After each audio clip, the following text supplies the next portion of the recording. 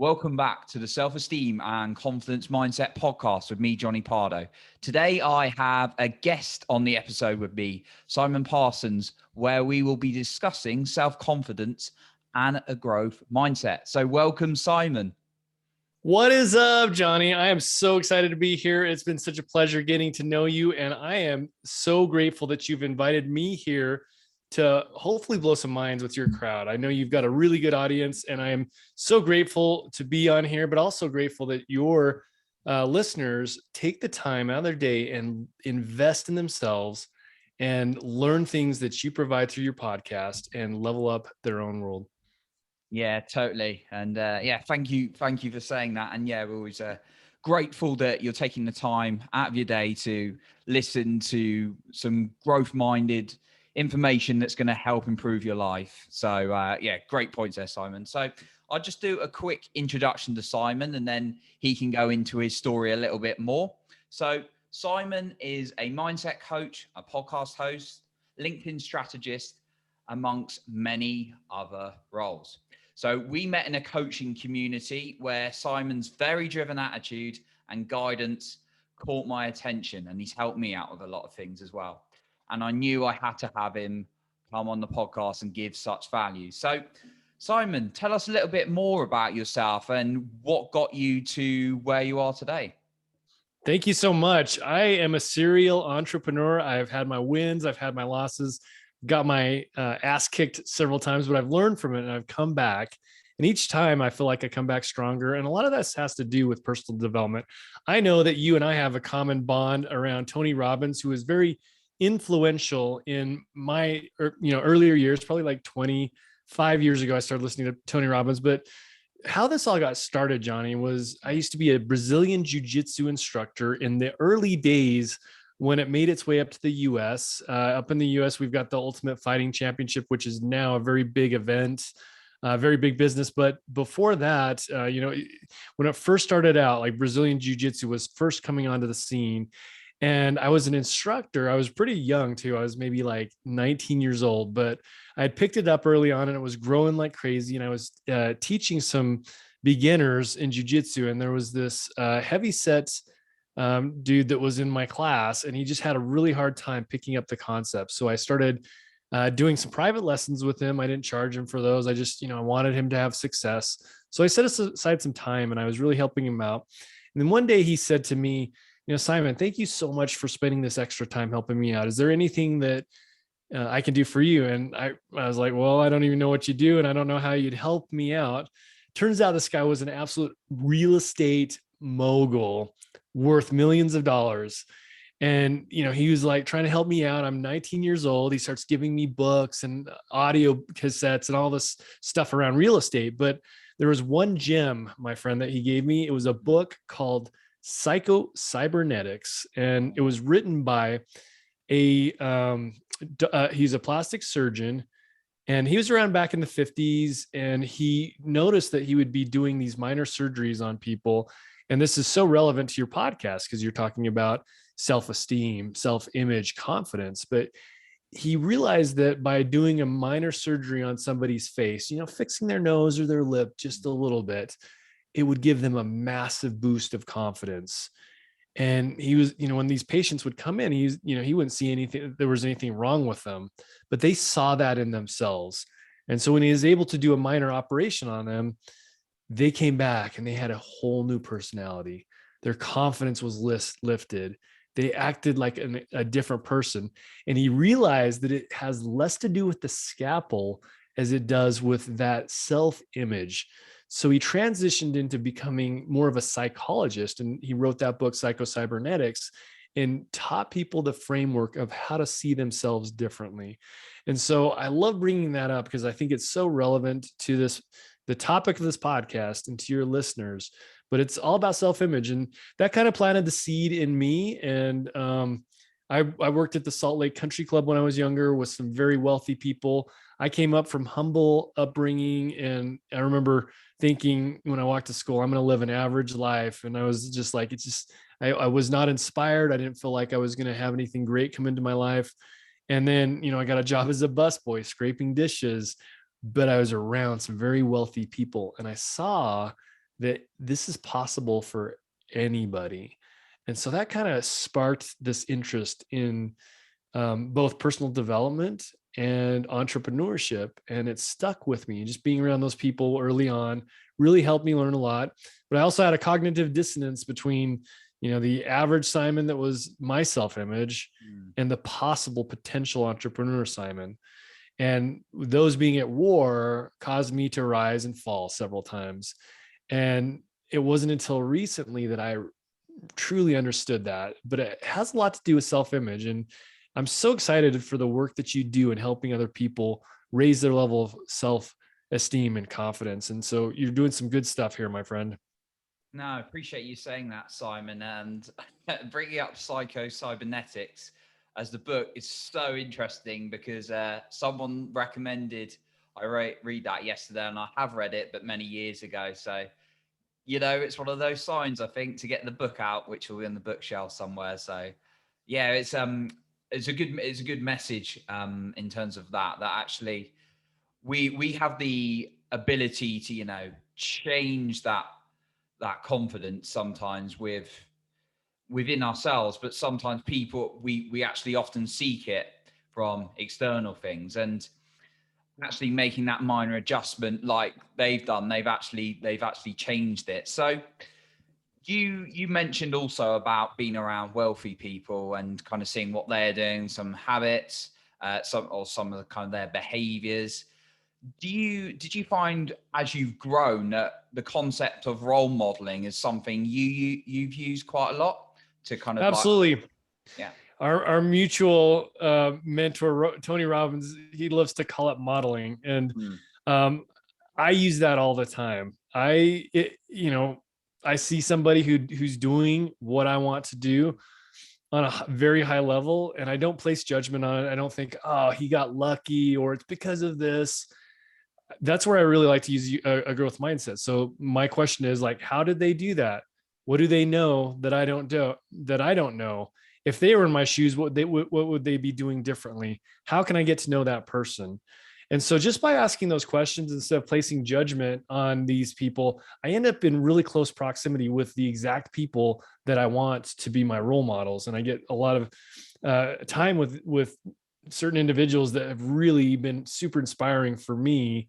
And yeah, I absolutely believe that's one of the core things that you'll hear from so many people who are successful is, one, read books or consume things where you can gain knowledge, podcasts, whatever that is, or coaching, but also definitely have role models, mentors, coaches. I will pay good money to be around the right people to learn what I need to know, and it always pays off. Yeah. No, that's great. And there's also a phrase sometimes that kind of linked to that you could be that big fish in the small pond, or you can be the small fish in the big pond. And I'm quite keen in jumping into communities myself where perhaps like I'm gonna get tested, but then I'm gonna grow as a result. But I've also been in those situations when I'm like, I'm not feeling as excited or energized anymore. Because I'm not feeling that growth anymore. So is that also something you quite like, to actually be challenged and come out of your, the small pond and into the big pond? Absolutely. I've been on both sides of that coin before. And the difference is ego. I remember when I was younger and I was fairly good at jujitsu at the time. People have surpassed me by a long shot after all these decades. But early on, I was, a top performer in jujitsu. And I remember working my way up, and I was, the brand new white belt, getting my ass kicked and getting choked out and arm locked left and right to the point where I had tears coming out of my eyes, but I wanted it so bad. So I made a list of everybody in there and started checking them off. The crazy thing is, once I got to the top, there wasn't really another level to go to, but the target was on my back. And at that point, I didn't have a growth mindset, and the ego came in and building myself up to that level. And it was also so my demise. And I remember I'd see guys getting better and better, and I would like duck out on fights, and I ultimately injured my shoulder to the point where I could use that as an excuse to get out of it. And looking back, I talked myself into that. Like I was like, yeah, my shoulder's dislocated. It doesn't allow me to compete on the highest levels. And looking back, it was a total excuse. I could have kept going if I wanted to. And that's probably the only regret I have in my entire life. I was able to rectify that though later. I got into competitive cycling, and it was interesting because for a long time it haunted me. I was afraid to compete. I did not want to be in the big pond. I wanted to be the big fish in a small pond. But once I got into cycling, I was able to tear it up in the small pond. But I also like started identifying with myself a little bit different. I would rather go get my ass kicked by the professionals than being in the small pond and getting the trophies. And that's where I started to really embrace the journey as being the reward rather than the outcome. And that really changed my life. And so I can say I've been on both ends of that now. And the difference was ego, and ego. And I'm glad I went through everything I did, but I'm also very aware of how that comes up, the external validation, the external rewards. And the crazy thing is you get those if you focus on just being the best person that you can. If I would have just focused on being the best person in jiu-jitsu, like everything that I wanted would have manifested anyways. But I was worried about like how I looked if somebody beat me. And, in cycling, it was fun. Like I'd just go compete with the pros and they would just tear me up. And I just felt so honored to just be in that pool with them. It's such a cool time. Don't have any trophies from, the upper levels, but I don't care. I have the memories of going to battle with some of the best, racers around. Yeah, love that the concept of just trying to be the best you can be rather than trying to get that validation from other people. And it sounds like great fun, the whole cycling thing as well, even if you're pushing yourself at another degree. So no, that's awesome. Have you got any other tips we can do, maybe a couple more we can use to get validation from ourselves rather than externally? Because we touched on that a little bit in that question. But Yeah, I just think that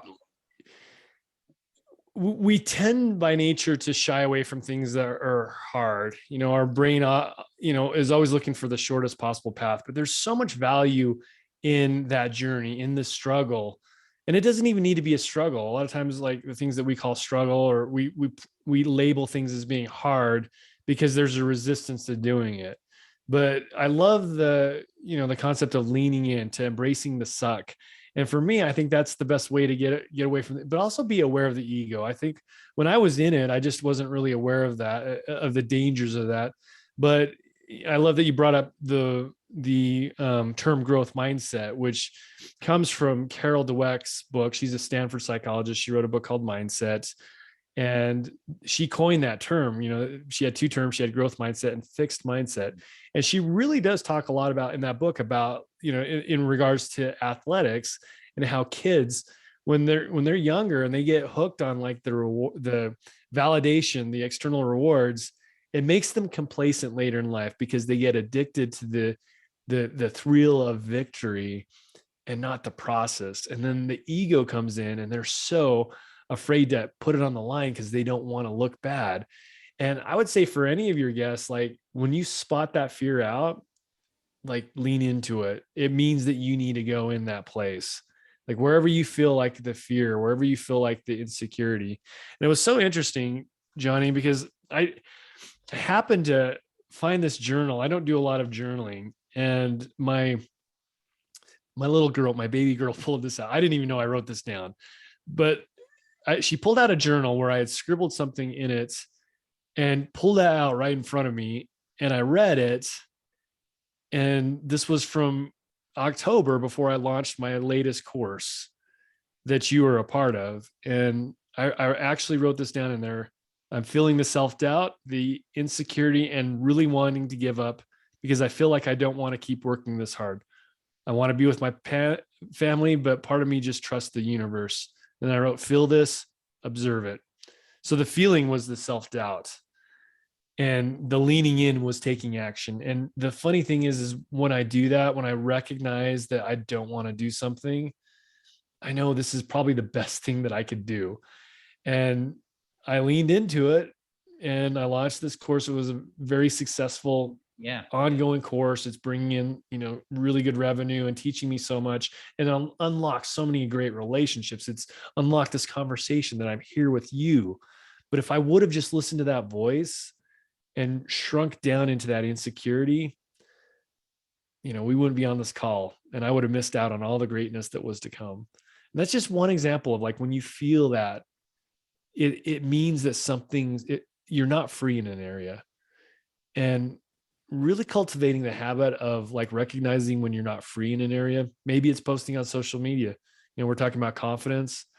And a lot of people are really afraid to post something on social media because we all have that feeling of, like, what will they think of me?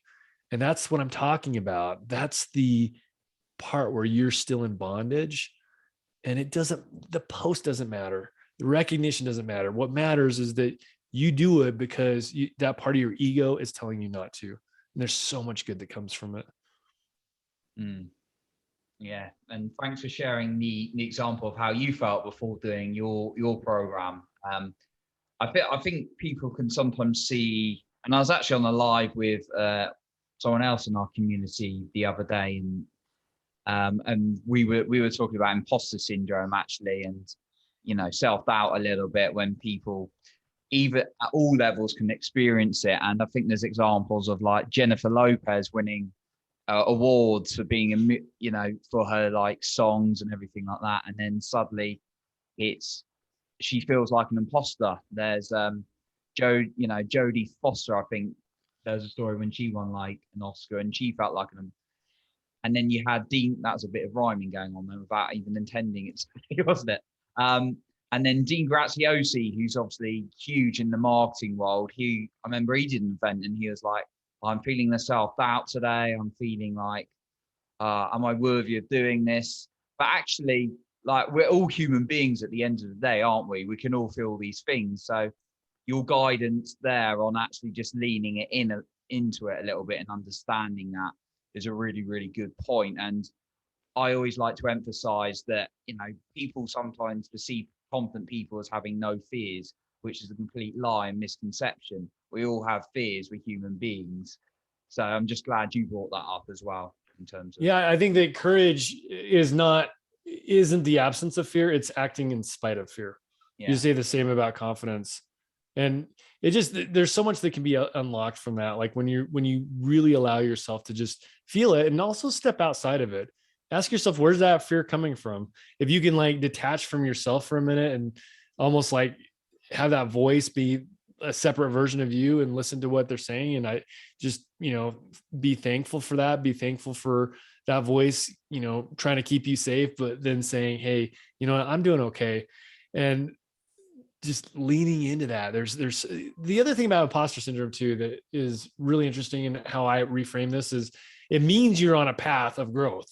So when you feel that, whether you're big with Jodie Foster or Jennifer Lopez or someone like us or some of your listeners, what that's telling you is that I am doing something different than I did in the past. I'm going to a different direction. And this is totally normal and totally natural. So me, it's a sign that I'm actually on the right path. When I'm feeling that, I'm like, okay, I'm on the right path. Yeah, that's a really good point as well. And there's there's no end point in the growth journey. You're always growing. So I love what you're saying there. But it being a sign in the good way, it's how you perceive it a little bit. So kind of linked to that, I had a question around the fear of rejection, because I know obviously you've worked in sales, both in business and other areas, and we're both coaches who go out there and put our stuff out there, and obviously we can feel feelings of doubt. What would you say to someone who's perhaps feeling the fear of rejection and it's really holding themselves back? I think that comes up a lot in sales, the fear of rejection, but most of the time they're not rejecting you. And even if they did, is that the right person? The way I look at that is, if they don't want to be with me, then why would I want to be with them? Right. If it's like a relationship. So that one isn't a tough one for me. In sales, I hear a lot about this, and I don't even feel it anymore, because I try to help my clients out, and I do get I wouldn't say rejected, but I get my offer is not taken up. I was thinking about this morning because it was so fascinating, because a lot of times, like, I'll have somebody who I know that I can help them. I know it can unlock a lot of levels for them. And they're just like, well, I can't afford it right now. And I'm like, well, why is that? Well, because I can't find clients that can afford it. And I'm like, okay, so you're doing the same thing that your clients are doing. And like, I can help you out with this. So it's like, I don't feel like a loss if they don't go with me, or if they don't take me up on my offer. What I feel is just this compassion, and just like, gosh, I wish they would realize that I could help them out. So it's almost like, it's taking out away from me. And it's like, I'm just feeling bad because I want to help these people out. But I don't know. I just don't feel that anymore. And part of that's just like leaning into it again and doing it for a while. But for someone who's first starting out on that path, if it's in sales, like, just understanding, if they don't take you up on your offer, you haven't made a clear enough offer that you can help them out. So for me, like, I'm thinking, okay, I was not clear enough that I could help this person out. I'm very confident that I can, but somehow I did not articulate that in the right way. So I asked myself, what is I can do better next time? What did I miss? And so it goes into that growth mindset where you're asking the right questions. But another way to look at it is, every no gets you to a yes, right? So embracing the no's, because that's like a step of getting to the next yes. That's something that helped me on early in sales. But it's crazy because I'm at the point where, like, there is no failure in this process, because right now I've got so much going on that if somebody doesn't take me up on their offer, it's almost like, okay, so I've got so much going on. So I feel like I win either way. But also it's like, I can find wins in the process again. So I was on a call with somebody and they didn't take me up on my offer. Okay, what lessons did I get out of that? And I'm proud and glad that I stepped up to do that. I celebrate the fact that I was playing the game, and the game is so much more important than the win. So for me, I don't know. I don't really feel rejection, or I wouldn't even call it a no. It's almost like a foreign language to me at this point. Does that make sense? Did I articulate that in a way that's relatable? Yeah, no, absolutely. I suppose kind of with fear of rejection, you've obviously got that in a sales capacity, but also in life as well. Like whether you're posting something on social media. I think you said early on about like if it was like a relationship and you really, were going, you wanted, that woman or guy or whatever, whoever you're going after, and they said no. It's like, you can only be you, and it's the same in the sales. You can kind of reflect on it and maybe understand what you're providing and if you're a right fit and everything. And also, like when you're putting yourself out there, you can only do what you can do, right? So Yeah, and I think, like, and you've leaned into it as well. I think that's one of the key lessons you've learned. well, here's something to bring up too that might make sense to your viewers is I'm sure you guys talk about self-love a lot, or have people on here that talk about self-love. When you fill up your cup to the point where it's overflowing, like, you don't need anything, so you don't get rejected. You don't feel no. Like, it's so weird, because if you have a good practice of self-love and filling up your own cup first, the external stuff just doesn't really matter as much. I remember when I was younger, I was always trying to keep up with what I thought was success, buy this, buy that. And now I just don't feel that I'm needy for it. I love having nice things. I love creating, high amounts of income, but it's more for the process. It's more like a game for me. And it seems to come so much easier when my cup's full.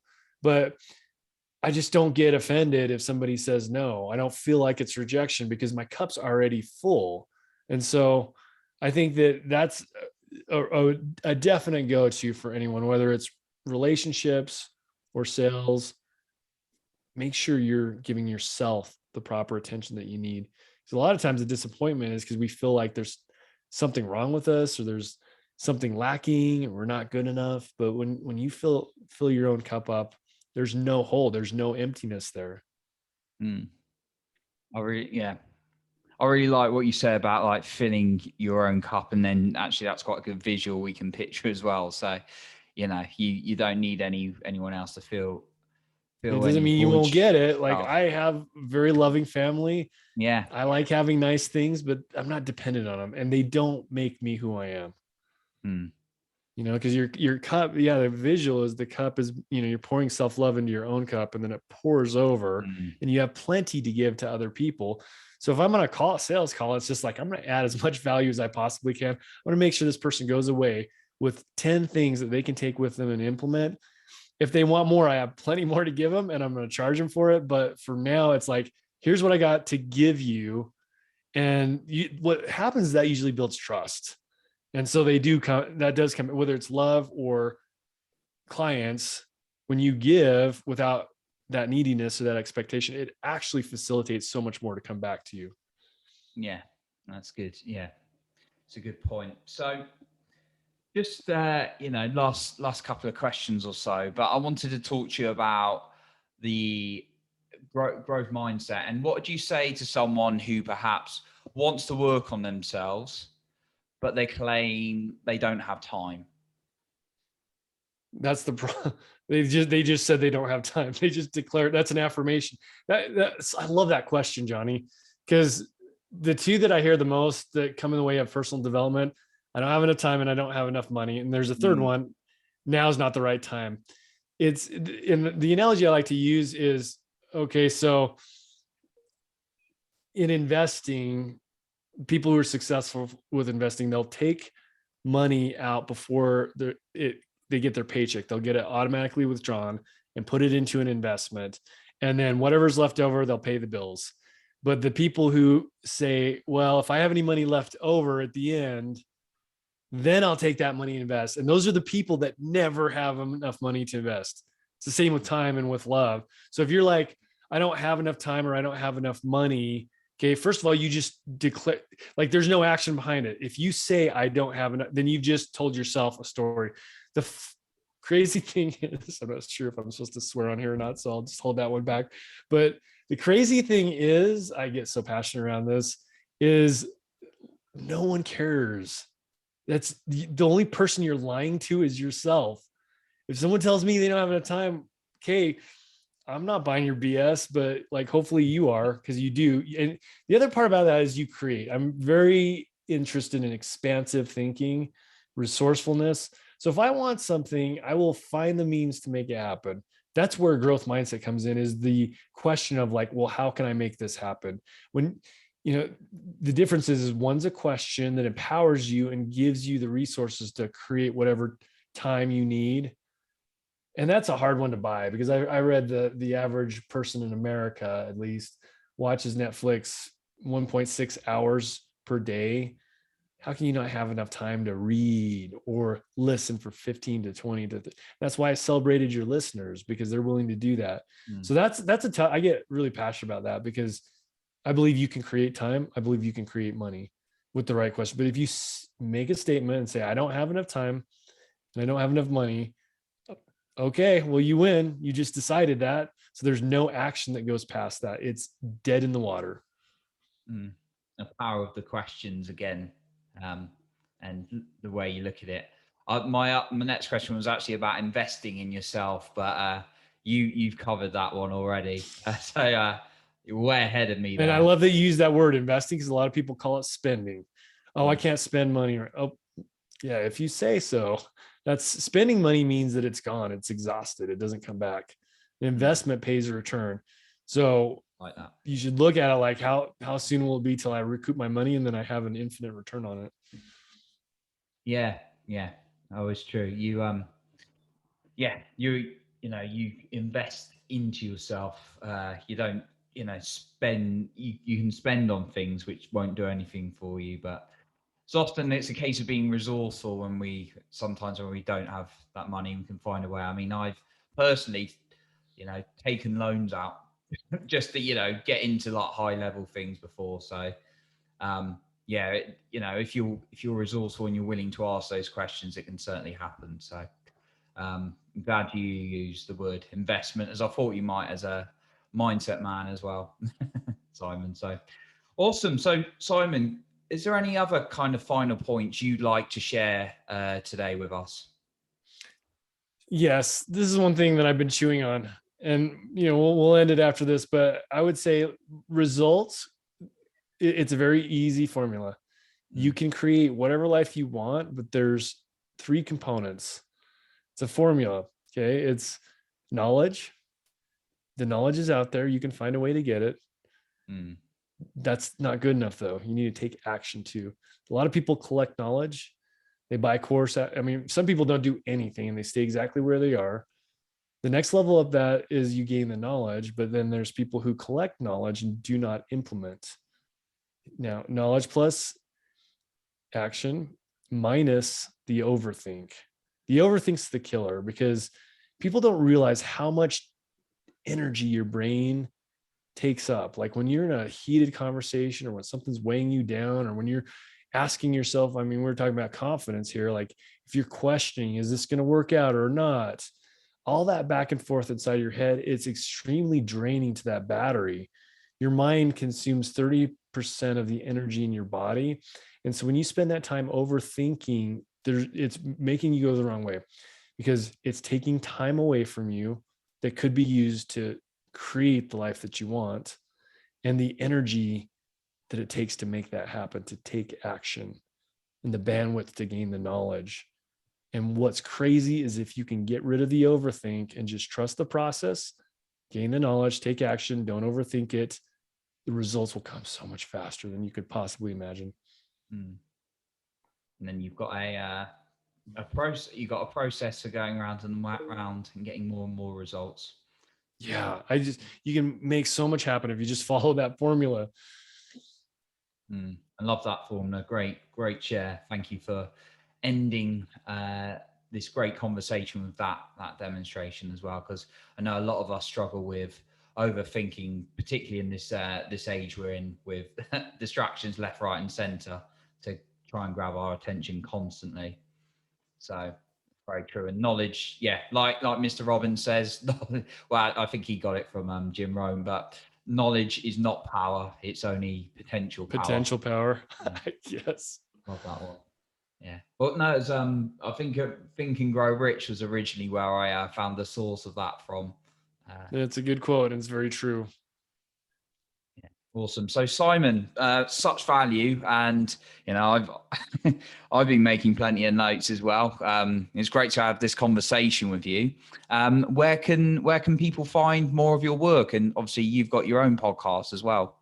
Yeah, thank you so much for asking. So mine is just called Mindset Hackers. The reason why I call it that is I want to help people with mindset topics and boil it down in a way where they can understand it pretty simply.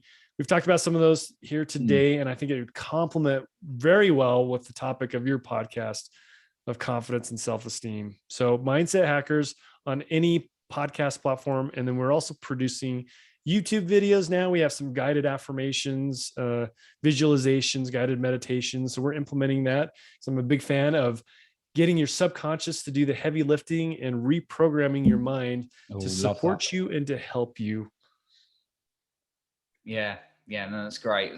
Big fan of the subconscious mind as well. So, yeah, no, This was fantastic. awesome. Thank you again. And like I said, your listeners, just I hope that they take a moment after listening to this, just give yourself some self-love and just be grateful that you're willing to take the time to listen to Johnny's podcast, because there's so many people who do not do that. And you should be celebrated for taking the time to give yourself this knowledge and take action too, though. Gain this knowledge and take action. Absolutely. Very true, Simon. So we've got a couple of places people can find you: the Mindset Hackers podcast and your YouTube channel as well. Be sure to put all your links in the description as well for finding more of your amazing work. So once again, Simon, thank you so much for coming on. It's been a great conversation. My pleasure, Johnny. Thank you so much for having me. Brilliant. So that concludes today's episode. And remember, work on your self-confidence every single day.